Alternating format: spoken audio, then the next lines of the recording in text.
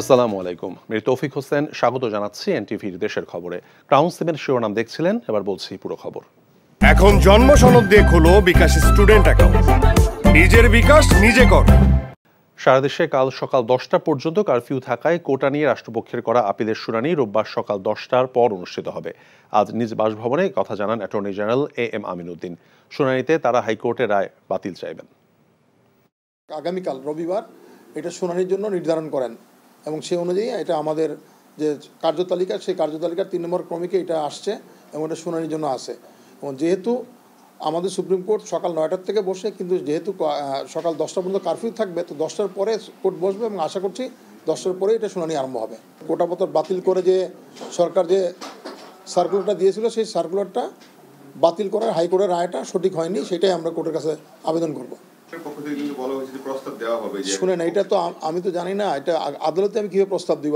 আদালতের কাছে তো এটা দেওয়া যাবে না। আদালতের কাছে আমরা শুধুমাত্র এই মামলার রায়টা সঠিক কি বেঠিক আমরা দেখাবো, যে কী কী কারণে এই রায়টা সঠিক হয় না, কী কী কারণে আইনের ব্যত্যয় ঘটেছে, সেটা আদালতের কাছে আমরা তুলে ধরবো।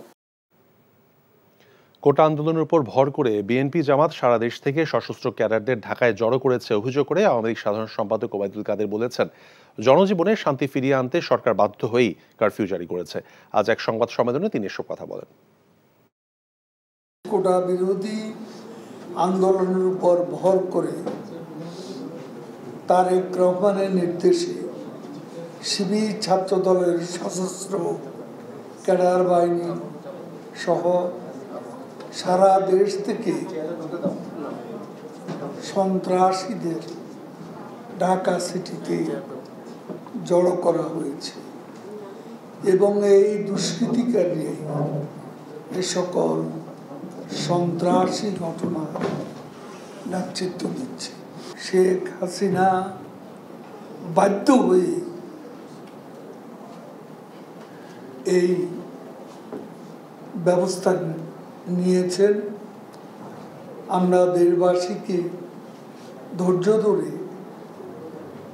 সরকারের প্রশাসনকে সার্বিকভাবে সহযোগিতা করার জন্য অনুরোধ জানাব। দেশের চলমান প্রেক্ষাপটে প্রভাব পড়েছে নিত্যপণ্যের বাজারে। রাজধানীর বাজারগুলোতে ক্রেতার উপস্থিতি ছিল বেশ কম, তবে নতুন করে বাড়েনি কোনো পণ্যের দাম। এছাড়া বাজারে দেশের বিভিন্ন স্থান থেকে আসা পণ্যের সরবরাহ কমেছে। হাসানুল শাওনের রিপোর্ট। চলমান পরিস্থিতিতে রাজধানীর কাঁচা বাজারগুলোতে প্রায় সব ধরনের পণ্যের সরবরাহ কমেছে, আর বাজারে ক্রেতার সংখ্যাও কম।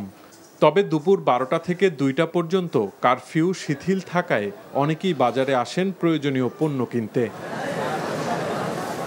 সেক্ষেত্রে নতুন করে দাম না বাড়লেও আগের মতো চড়া দামই বিক্রি হচ্ছে সব ধরনের চাল।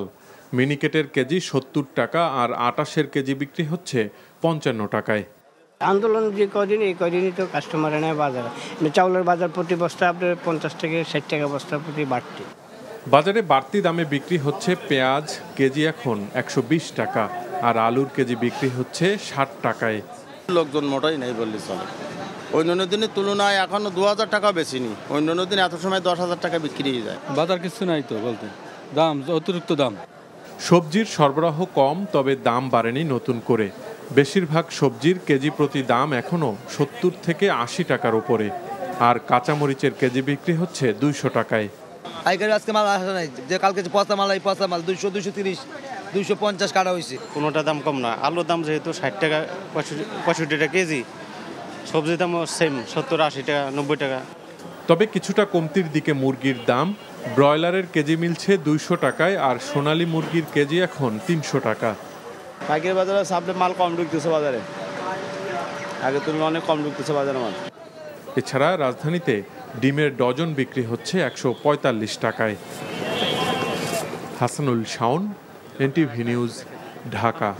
এখন জন্ম সনদ দিয়ে খোলো বিকাশ স্টুডেন্ট অ্যাকাউন্ট। নিজের বিকাশ নিজে কর।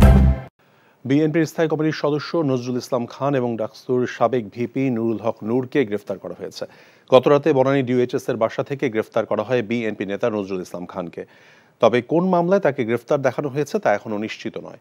এদিকে গণ অধিকার পরিষদের একাংশের সভাপতি এবং ডাকসুর সাবেক ভিপি নুরুল হক নূরকে গ্রেফতার করা হয়েছে রামপুরা থেকে। তাদের দুইজনের গ্রেফতারের উদ্বেগ জানিয়েছেন বিএনপি মহাসচিব মির্জা ফখরুল ইসলাম আলমগীর। পরিবারকেও কিছু জানানো হয়নি উল্লেখ করে অবিলম্বে তাদের আদালতে হাজিরের আহ্বান জানিয়েছেন তিনি।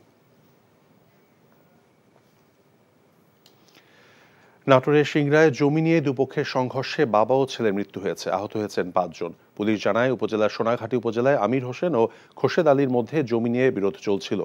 এরই জেরে সকালে উভয় পক্ষের সংঘর্ষ জড়িয়ে পড়ে, এতে 7 জন আহত হয়। পরে আহতদেরকে উদ্ধার করে রাজশাহী মেডিকেল কলেজ হাসপাতালে নিয়ে গেলে চিকিৎসক 2 জনকে মৃত ঘোষণা করেন।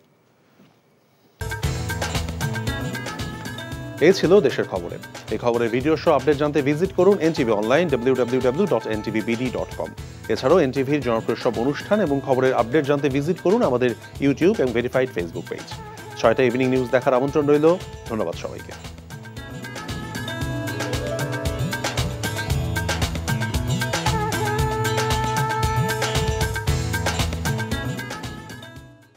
এখন জন্ম সনদ দিয়ে খোলো বিকাশ স্টুডেন্ট অ্যাকাউন্ট। নিজের বিকাশ নিজে কর।